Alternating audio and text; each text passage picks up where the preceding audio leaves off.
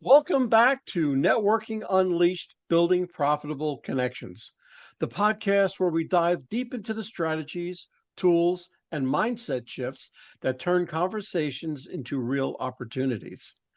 Now, today's episode is a game changer.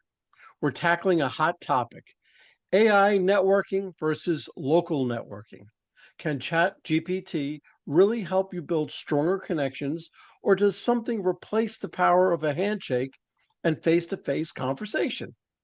My guest is the perfect person to unpack this.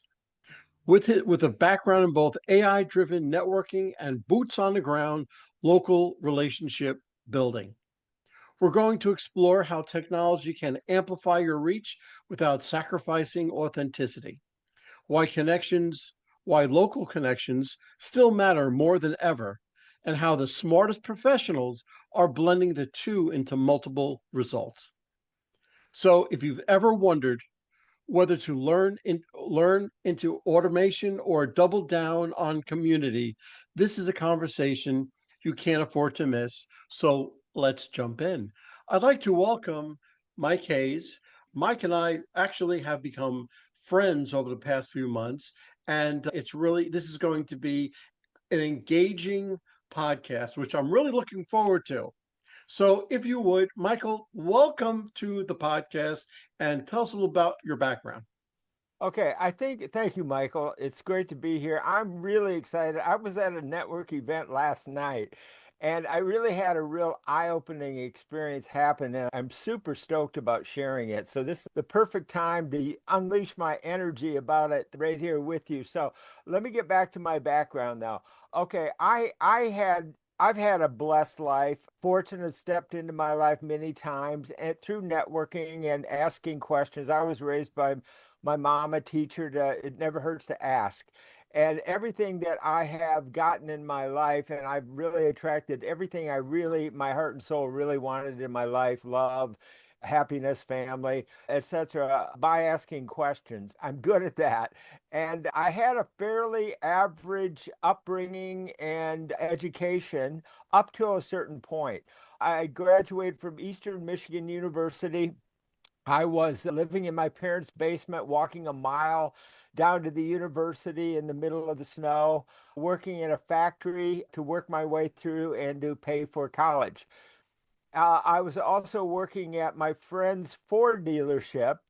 And so we were friends from third grade. And so I just something that I was fascinated with the automobile business. Long story short, after I graduated, there was no work in broadcasting.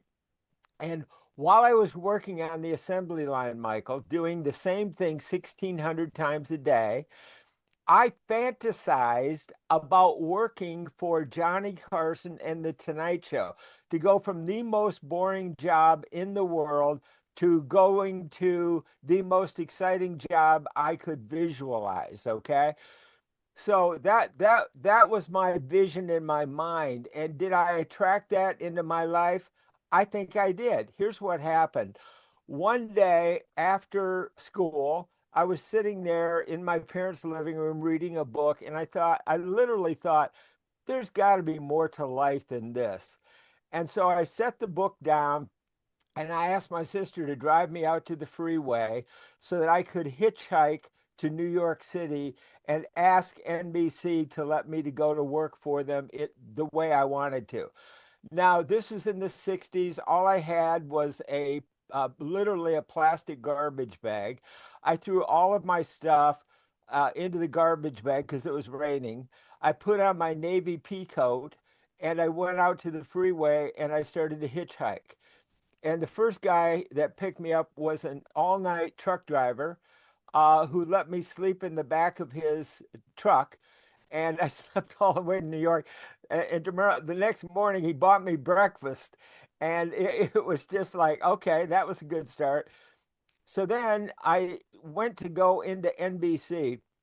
I'm standing outside building up courage. And right then, a pigeon, you know what, on my shoulder of my jacket. Okay. So I thought, okay, that's a good start. So I walked into NBC in New York and asked where I could go to apply for a job. So they sent me, I believe it was the sixth floor, can't remember exactly. And I walked in and I asked the question, can I apply for the job?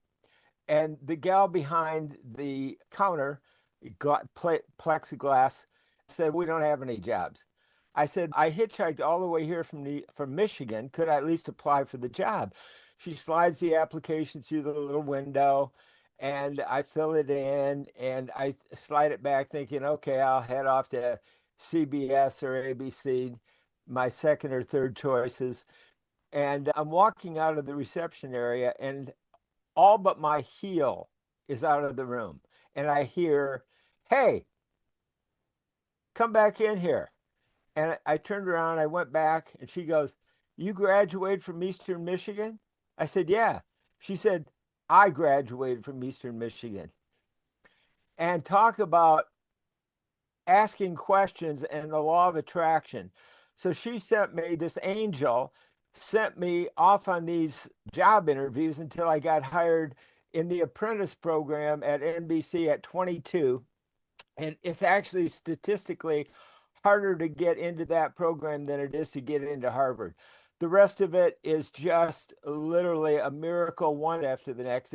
That was like a $5 million education, world class. I couldn't have gotten anywhere else. And that completely changed everything in my life. So, do I believe in networking? Do I believe in asking questions? Absolutely. It's such a game changer. Now, that was the start. It's been a wild adventure ever since, but I want to hand the ball back to you, Michael. Mike, I got to tell you, that story just tells me everything about you that I have to know. And that's where your heart is in networking. My heart is in networking. Networking is the base of all businesses. And as soon as you believe that, then you'll understand what we are talking about. So let me jump into my first question. How do you see AI tools like ChatGPT reshaping the way professionals approach networking compared to traditional face to face methods? Okay. I want to broaden the market a little bit from professionals to everybody. And let me explain what I mean. And the example came up last night. Now, my premise is this, it's real simple. AI is media, period. And I actually bought the domain AI is media. Absolutely know it and love it and think about it as communication. Now, in the car business, I learned more about human to human communication, one to one, than I actually did in broadcasting, because that's really where the rubber meets the road in business. Last night, I was at an event, and people were complaining about their inability to get heard and to communicate, and saying, "Gosh," one lady stood up and said, "I really feel like I need a 12-year-old to teach me how to use AI because I just don't have the skills." And that's when I realized, stop, wait, you've got that 12-year-old right in your hand, in your laptop or in your phone. If you can take 1 hour and learn how to use ChatGPT, that is the 12-year-old that you need to teach you everything else about ChatGPT and about AI. That's what I realized, is that ChatGPT, if you can, and what I said is, if you can order a book on Amazon on your phone or on your computer, you can order ChatGPT to give you information on demand that you need to reach out to people for networking. So that does it fit in? Yeah, and lifelong learning is really what it's going to require. And I've been preparing with all of my background, all of my training of human to human communication and media communication, to help people understand that you can learn to communicate in any part of your life.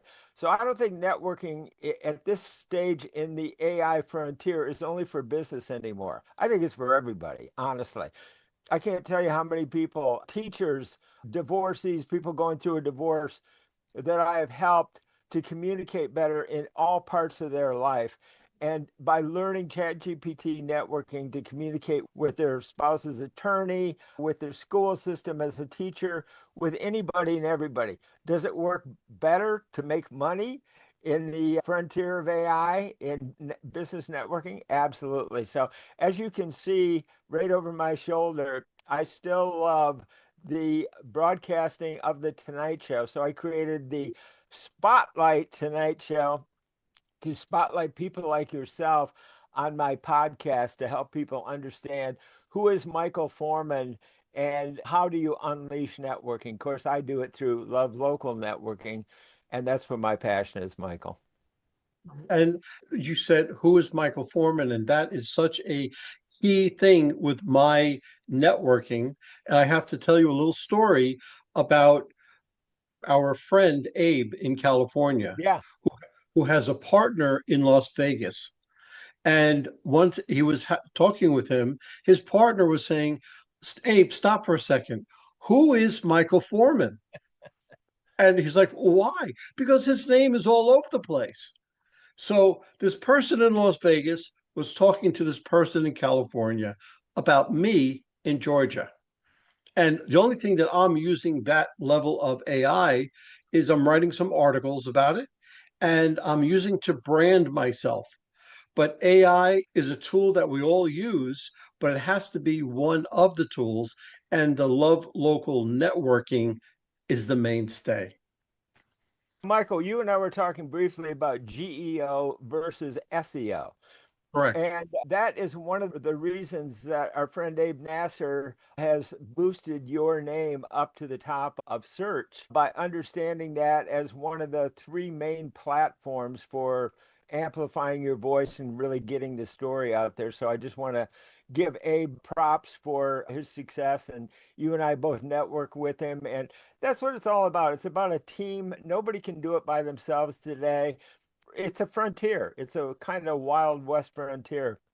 And that's Yes. why I love checking in with Michael Foreman to find out, take your pulse about what's going on in networking. You love checking in with me. We learn from each other, we help each other, we share with each other, and we want to help everybody. And this is great. And this is only the beginning. This is only the beginning of the AI technology because it changes, I think, every week it changes. Okay, let me go on to question number two. What are the biggest opportunities and risks when people lean too heavily on AI driven networking instead of building authentic local relationships? I don't think it's one or the other. I think it's a two-sided coin, and that you really need a blend of both, a fusion of both. Think of it like creating nitroglycerin. When you take two different components, they're just components, but when you put them together, they create an explosive element to it. And that really to me is the key to business networking AI is the blend, the fusion of the two. It's not one or the other. But the caution is in the era of AI is putting out content, Michael, like a kid's soap bubble machine. Little bubbles, they're floating all over. They're empty, they're light, and they're just floating. They don't mean anything, really. They're even literally empty.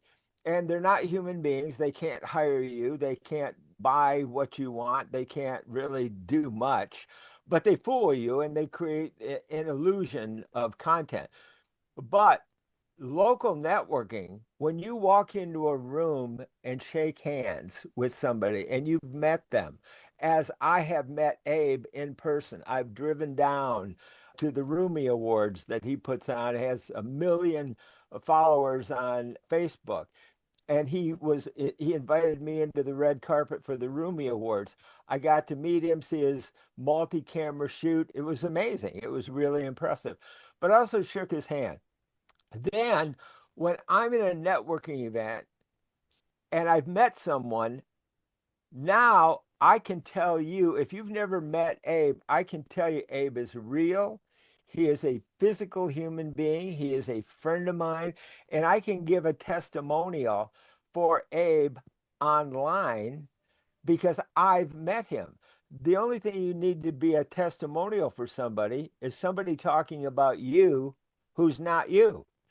And so when I talk about Abe Nasser, this is me talking about Abe. It's not Abe talking about Abe, but I've met him. So that's why the blend of those two things is vital. And it's going to become more and more important. When people really start to get lost and confused by AI, get grounded. Like you say, you put it yesterday, get feet, boots on the ground. And that's what you need is get grounded, get boots on the ground, and blend those two things together. Then you got the best of both worlds. I agree. I agree. And when you meet somebody face to face, you pick up the vibe of the person, the vibe of the room. I've walked into networking events where I said, "Whoa, you know what? I don't like the vibe in here." And everything that I was listening to was wrong. And I walked out. So you could do the same thing with a person saying, "You know what? Excuse yourself politely from that one conversation and go to the next." But it's very important that you pick up the vibe of the person in a room. You brought up something vitally important. Let's talk about this for a second. You talked about the vibe in the room. You talked about politely leaving. I know you, Michael, to be a master of hospitality. And that word means everything to me. And even the Tonight Show starring Johnny Carson, when Johnny, and this is not this is an AI, this is not Johnny, but when Johnny had a guest on the show, he treated them like a guest in his living room. And that he for 25 years treating guests with hospitality. Now, I recently bought a car. I walked into one dealership. Like you were saying, the vibe was just transactional in my face. I want to get out of here, I said to my wife. So we drove an hour away to the same brand dealership because we wanted to buy a 2-year-old car. I'd like to get cars that are slightly over the curb, and we got one for only 2,000 miles on it. But when I walked in, the hospitality was over the charts. I couldn't wait. I said to I've been in car sales for a long time. I understand that's one of the ways I worked through college. And I know they've got a reputation. But I said to this kid, I want to adopt you. I felt 20 years old. He had an amazing story and true grit. He heard a podcast. That's why I love podcast listening, Michael. He heard the idea. He was a waiter, didn't go to college yet, and heard an idea of selling cars on a podcast. He went down to Auto Row in San Jose and walked into one dealership after the next, getting a no after a no after no. And did I fall in love with him because that's what happened to me? Me walking into NBC and asking for a job. That's what happened when he walked into one car dealership, the one we went to. And they said yes. He said, I don't know anything about cars, but I'm energetic and I'm willing to learn. He was, and they love him at the dealership. That's hospitality. And that's what I want to focus on is the power of hospitality is the ultimate game changer in networking. You walked into an event, you didn't like the vibe, no hospitality. That's the key. That's the game changer. It's the two sides of the coin. When you have hospitality, that changes everything. When you offer it. You do. And you go into some dealerships, I'll use dealerships since we're talking about the auto industry. And if they have that type of hospitality, they think everybody's got it, that every dealership has the same thing, and that's what they're striving for. But when you go into that dealership where they don't have it, it's like they don't care. Okay, walk out because somebody else is going to walk in. They don't know. They don't know. You don't know what you don't know. Right, exactly. And we can talk about one of the other businesses that you and I both have a passion for are workout areas. What is it? Orange Fitness, Orange Fitness, Orange Theory. Yeah, Orange or Theory, Orange Theory, or 24-hour Cross Fitness. fitness. Yeah, Yeah, CrossFit. Those are places where you can get it because I believe in staying in shape and helping people get in shape. And that's why another reason I love podcast listening, because you can listen to podcasts while you're working out, staying in shape, going for a nice healthy walk. And it's just a great way to help people with lifelong learning. And that's what we're doing right now. We're doing podcast listening so people can listen to this podcast. Otherwise, you and I are just two faces on the screen. Ab- But there's no difference. Take it out for a walk. yeah, no, absolutely. I plus I give everybody two versions. I'm on Apple, Spotify, Pandora. That's all for your listening pleasure. But if you actually want to see your bright young face, then you go to YouTube or my website. So I give you the best of both worlds, but the what's inside the podcast is so useful. Let me go on to the next question. Local networking is rooted in community and trust. How can AI actually strengthen rather than replace those kinds of personal connections? Let me give you a very dramatic one, and you might think this is off topic about personal connections. Hospitality is the way to really build the personal connections. When you have kindness in your heart and you greet people and they know that you care about them. But the other thing about local networking is right there in this picture of Ryan Reynolds and how he used AI to really, I hate to use this term because people might not understand it, but there's a radical abundance of things in the era of AI. There's so much media. There's just an overabundance of media. There's an overabundance of almost everything. People don't know how to channel it. They don't know how to harness it. But what Ryan Reynolds did is he harnessed the power of AI to harness the overabundance of hyper local television, and he has used it so you can buy TV.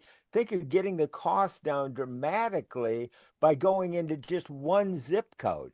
You don't have to be all over the place. You can just be in Walnut Creek, California, one zip code, or Lafayette, California, one zip code. But then I thought, okay, now how can we even help break that down even smaller? Create Love Local Networking magazine where anybody in a local community can be in the magazine, but then we can advertise that on television. So we have cooperative advertising, cooperative reach with TV.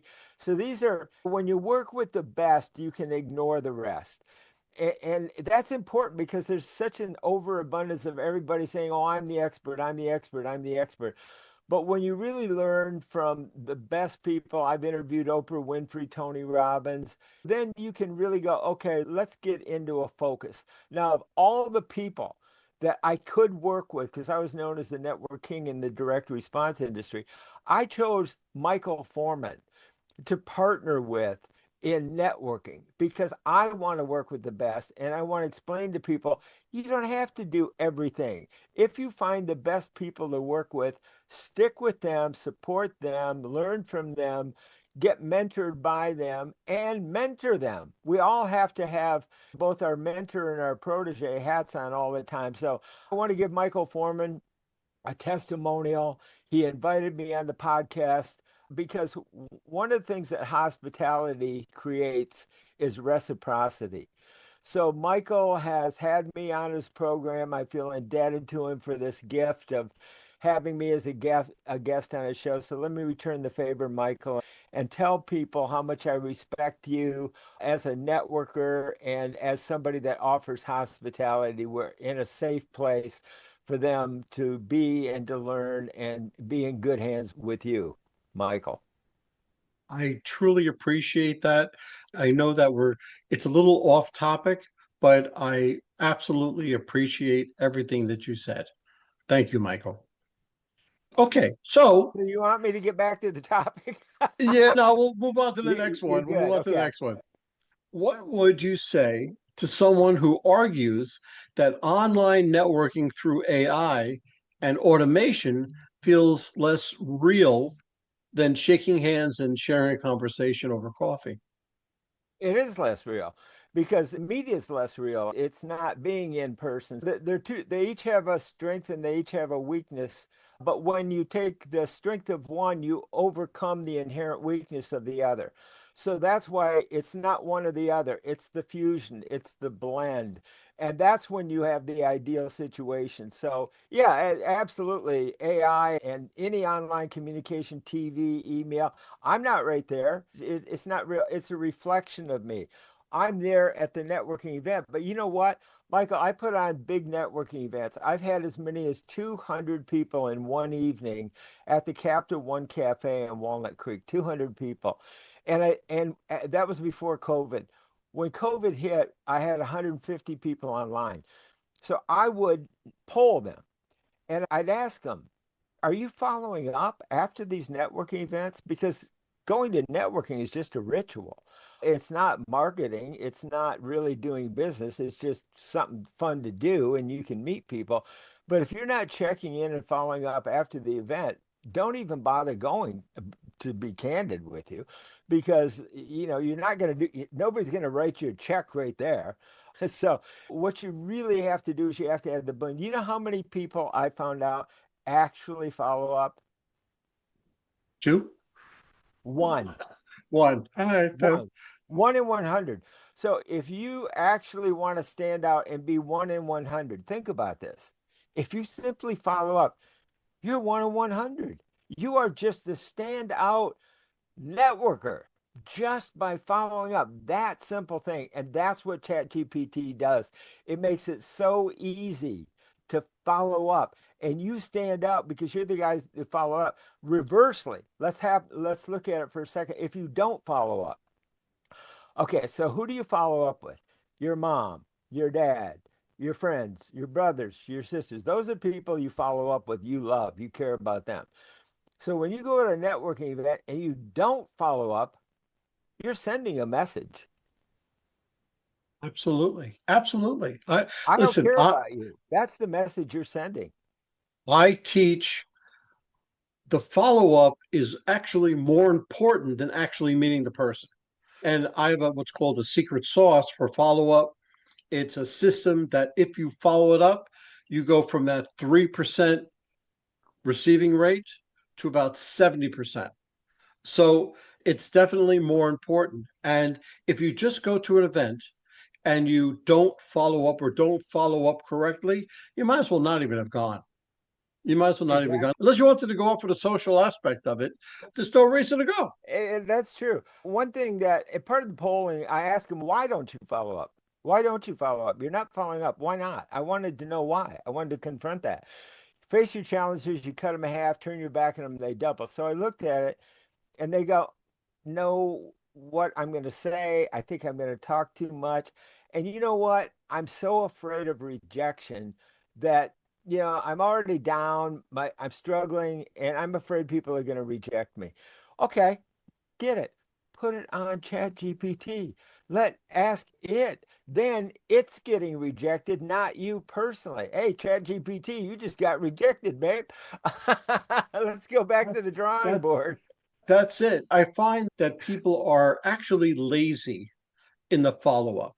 They're like they went to the event and now they're looking for the next event, the next time where they can show their wares, but they're not doing the follow-up because they're actually lazy. And with my system, it's probably 6 different touches in 2 weeks.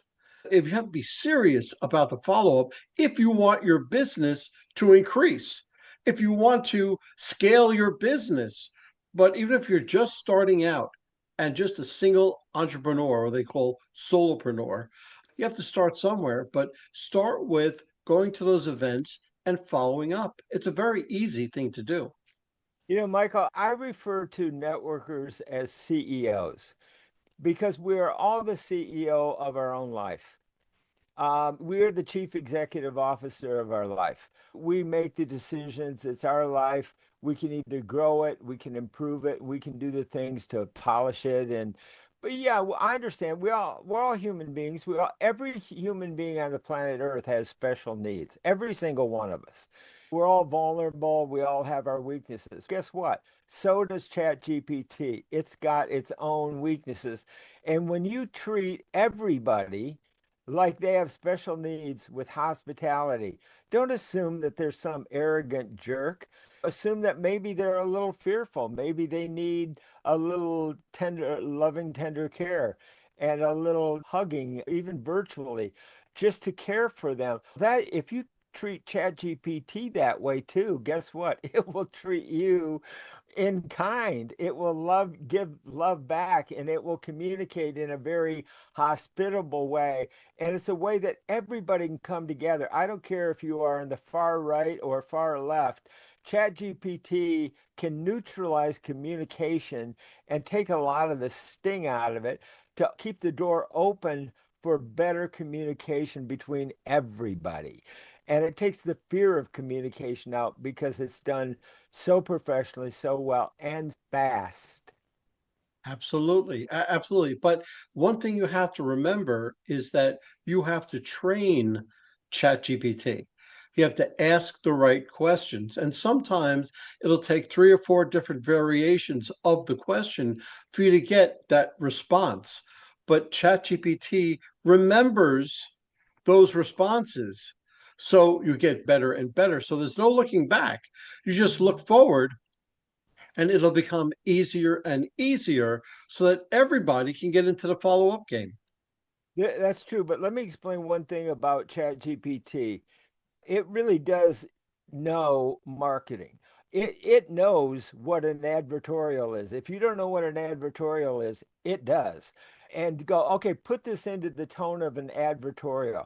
Now, an advertorial is editorial content that's an ad or a promotion. If you ask ChatGPT, what's an advertorial? It knows what it is. So you can just, and even if you don't know the words to what to ask for, I think maybe that's what you're addressing is what is the terminology? Or you can actually ask ChatGPT, what questions should I be asking you to get the response that I want? That's why I'm saying it's like the 15-year-old that really is savvy about technology. If you treat it like that's what it is, it will help you that way. And then you go, what should I ask? Okay, I'm asking that. Now give me the response. Now cut and paste. That's the only skill you need. Cut and paste so that you can then put it into an email, a post, or wherever you want. And we can teach you how to do that. Very good. Very good. Okay.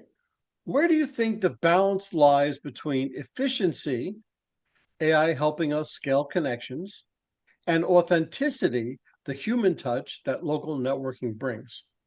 It's interesting. I did a podcast this morning with my two AI co-hosts, and I create them and they talk. So I did an input from the networking event last night, and then I put it into my program, and I get these two AI co-hosts actually speaking, a male and a female, and they're going back and forth and blah blah blah. But that's all AI. But you know what? It's now interactive.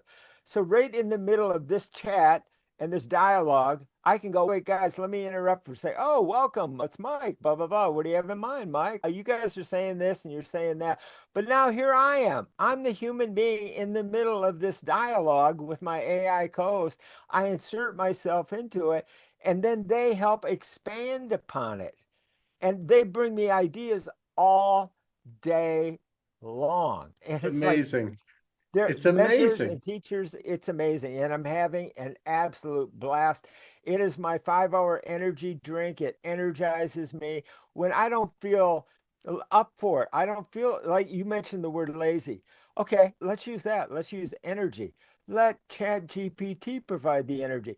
Drag ChatGPT, I'm exhausted. I don't have the energy to follow up. I need your energy.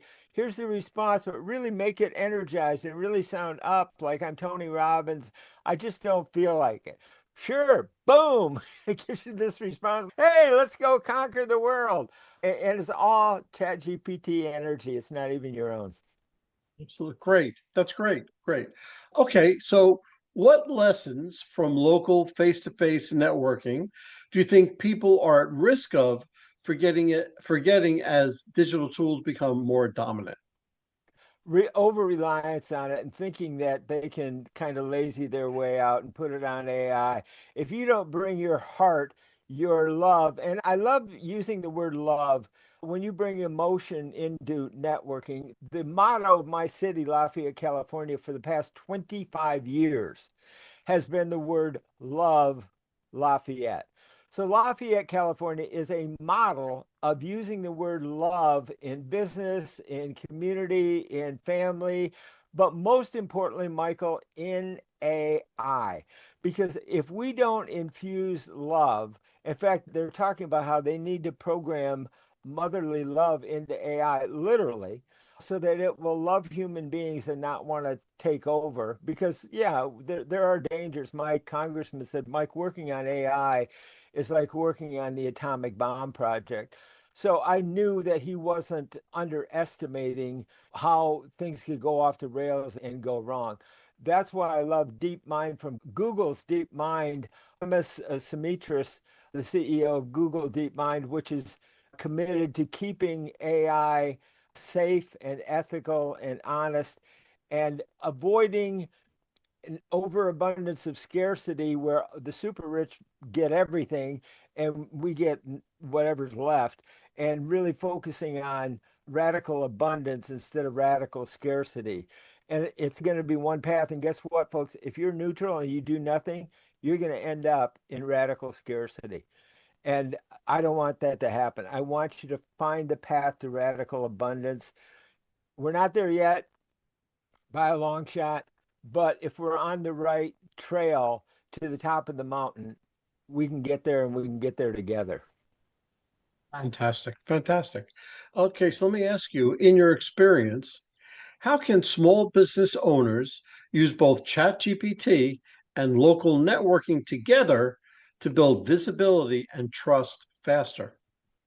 Go to networking events and I hate to say it, collect cards, or you can take a card like I created called a quantum reach card that I have QR codes built right into the card. And we're in the digital age. So I tell them, scan this QR code. Go to podcast listening and learn more. Go to Love Local Networking.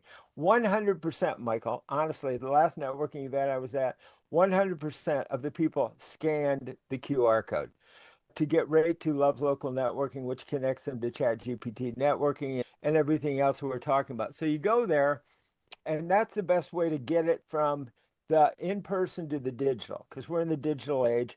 And Bill Gates says the biggest opportunities in the is finding digital substitutes in the digital age. We want to have the blend of real world networking. So we know we're talking to real people, real human beings, warm blooded, shake hands, and avoid loneliness, which is at epidemic levels right now.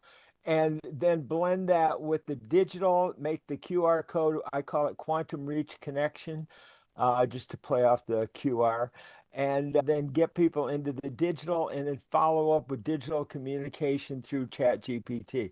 So it's just a bridge from one to the other, from back and forth. And then at the next, now you take the bridge back because I'm going to see you at the next live networking event. We're going to become friends by then. That's hospitality. So when I walk in then next time, you and I aren't strangers anymore. We've connected in the meantime. Maybe we went and had coffee. Now we're two together and we can talk to other people about connecting with the two of us, four of us, six of us, growing like Absolutely. that. Absolutely. That's a nice marriage of the two technologies that you're talking about. I'm a simple person. On the back of my card, I have two QR codes. One goes to my website and one goes to all my digital courses. So I feel that if you wanted to know me, those two places are the place to go and find out what I'm all about. You So, can see right here, Michael, there's a yeah. QR code right there. Absolutely. And I've been using QR codes for about 10 years, almost 15 years. And back then it was just like, what are you doing that for? But everything I did, I'm going back to my mortgage days when I had business cards and I had flyers and everything. I had QR codes. They're like, that's a waste of, what are you doing? I'm like, it's an easier way. And it's become easier and easier so that now people just whip out their phones and go, oh, let me see it, click, and they can get right to your site, to whatever else. So it's a great marriage of the two technologies, as long as you know what to do with it and where to do it, where it's from. Okay. You've It, just it is. commented on a number of things. Let me just jump Yes. in there. They all Go come ahead. down to two things. You use the word marriage. So let's focus on that of two things. Okay, networking and technology, phone and computer, ChatGPT and network. It's always a 1-2 punch. If you want to simplify things like Michael has just said, that's the way to do it. Concentrate on just those two things. If you try to accomplish everything, you'll accomplish nothing. So when you work with the best, you can ignore the rest. So get a focus. A magnifying glass creates heat when it gets a focus, right? So Yeah. that's what you want to do. You want to get a focus on two things, networking and follow up. And if you concentrate on those things, and the phone will, and those two things work together in digital, phone and computer, and your computer, your laptop, they work together beautifully. When you use them together, you get exponential content creation. Absolutely. And when I teach a workshop or go to a conference or something else, I have an array of 8 or 10 different things that points that I want to put across to my audience. But I tell them, concentrate on 2 items, just two. And I want you to walk away and implement just 2 items out of the 8 or 10. And they're going, why? What do you just take my word for it? And it's true because there's a sequence of if you give them everything, they're going to, by the end of the week, they're going to forget 90% of them. By the end of the second week, they're going to forget one of the two things and they'll implement maybe one thing in about 3 weeks. So why not just have them concentrate on those two things and have them start? Okay, so do you think AI will ever be able to replace, I'm sorry, do you think AI will ever be able to replicate the emotional intelligence that comes with local human networking, or is it uniquely human advantage and will always have it? The next 10 years, there's going to be, and it may well be sooner, there's going to be a quantum leap in artificial intelligence. What will happen now? The CEO of Google's DeepMind, it was a chess prodigy, and he won a Nobel Prize. He's a Nobel laureate, and he says, "Look, nobody knows." Nobody knows. And if one of the smartest people in the world says, folks, we don't know. And he's one of the creators, one of the architects of AI. That's why I really love his brain and his thinking. The dean of Oxford University, where I've been blessed to go to speak to Oxford University, said I to the teachers and the students, I can't protect you from AI. He got his PhD in AI from Cal, just over the hill from me, in quantum computing 30 years ago. He knows that AI is like a quicksand field. You're going to walk out into it, whoosh, you're going to see companies just disappear into the quicksand. But then you're going to see new things pop up immediately. That's why I look at it as dynamic. I think of myself, and I spent 10 years with NBC Sports in New York on the road. And I was written up in Sports Illustrated. And I say that because I've interviewed the top coaches in the world, the smartest coaching minds in the world. I understand audibles. Audibles. A coach calls in an audible when he sees something. Wait, this is happening. Go, wait, switch up. You call in an audible. So I created AI audibles like a coach, Michael, because that's how fast things are going to be able to change, or they're going to change if we like it or not. So I want to be able to say, stop, don't do that anymore. Now do this because it's changed. We've seen what happens. And that's why I want to stay current, use my background at NBC News because I move at the speed of TV news. That's how I was trained. I was practically raised in newsrooms. Every day we'd walk into a blank slate, and every day we'd put on 30 minutes of programming, all new information every single day.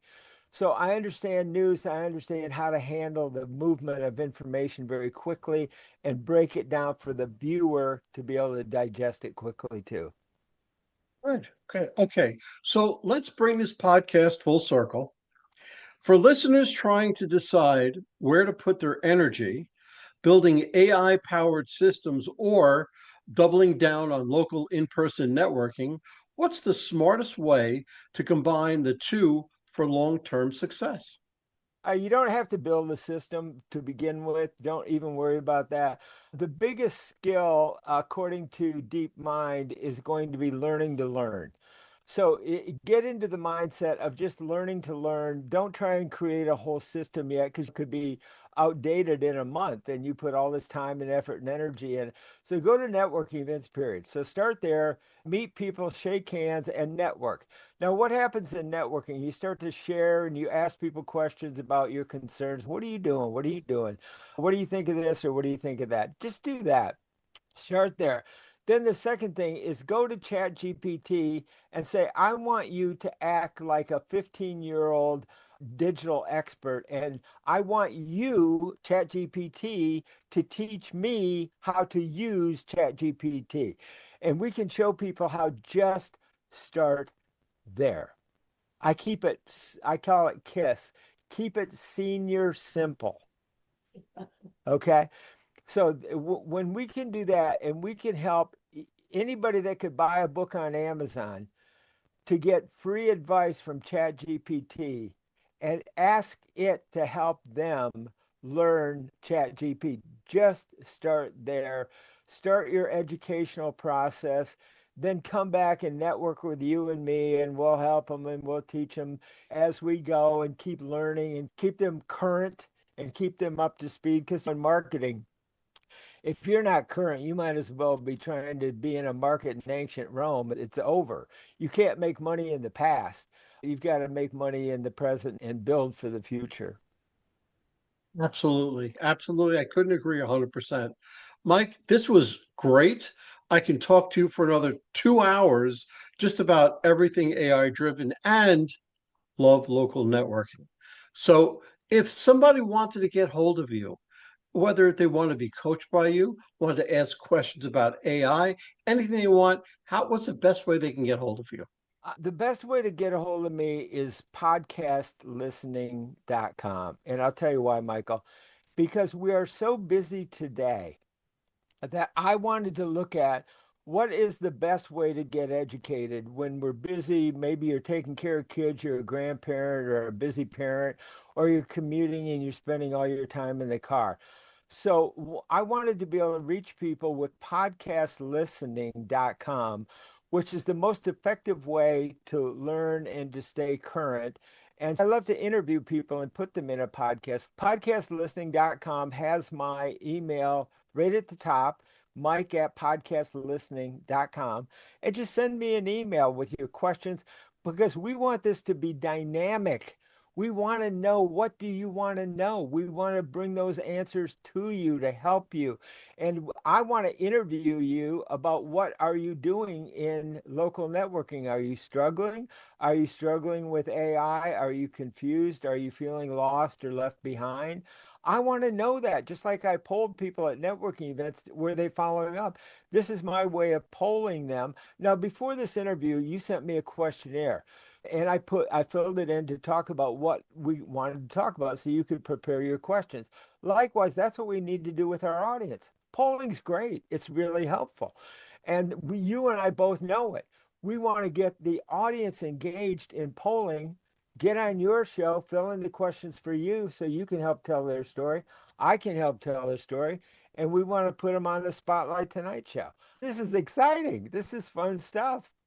Absolutely. Listen, at the end of every talk that I give, every workshop that I hold, every keynote, I have a QR code and they jump on that QR code. It brings them right to a Google Docs form. They fill it out. What did they like? What did not like? What do they want to see? What they don't want to see anymore? Everything, all about it. That's all the polling. And that's all feedback that I get. And I change it up the next time I go out. Beautiful. All That's how right, we Mike. stay engaged and we make it interactive. We keep it human. It's not, Michael's not AI. I'm not AI. You're not AI. We want your feedback so we can keep it human, put our hearts into loving local networking. Thank you so much, Michael. It was really a pleasure. It always is a pleasure when I network with you. Thank you, Mike. I'll talk to you soon.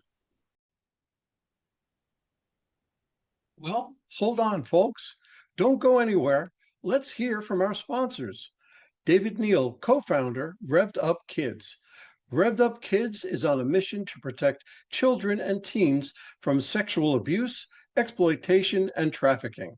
They provide prevention training programs for children, teens, and adults. To learn more, go to revvedupkids.org. Henry Kaplan, Century 21. When it comes to making the biggest financial decision of your life, leave it in the hands of a proven professional, Henry Kaplan. Henry is a global real estate agent with Century 21, celebrating his 41st year in business. No matter where you're moving, Henry has the right connections for you. You can contact Henry at 561 427 4888. A wrap, folks. A huge thank you to our guest for sharing such incredible insights today. And of course, a big shout out to you, our amazing listeners, for tuning in and spending your time with us. If you're interested in my digital courses, being coached, or having me come and talk to your company, just go to Michael and fill out the request form. Remember, networking isn't about being perfect, it's about being present. So take what you've learned today, get out there, and make some meaningful connections. If you've enjoyed this episode, please don't forget to subscribe, leave us a review, and share it with someone who could use a little networking inspiration. Let's keep the conversation going. You can find me on Apple, Spotify, Pandora, YouTube, or my website, forman.com/podcasts.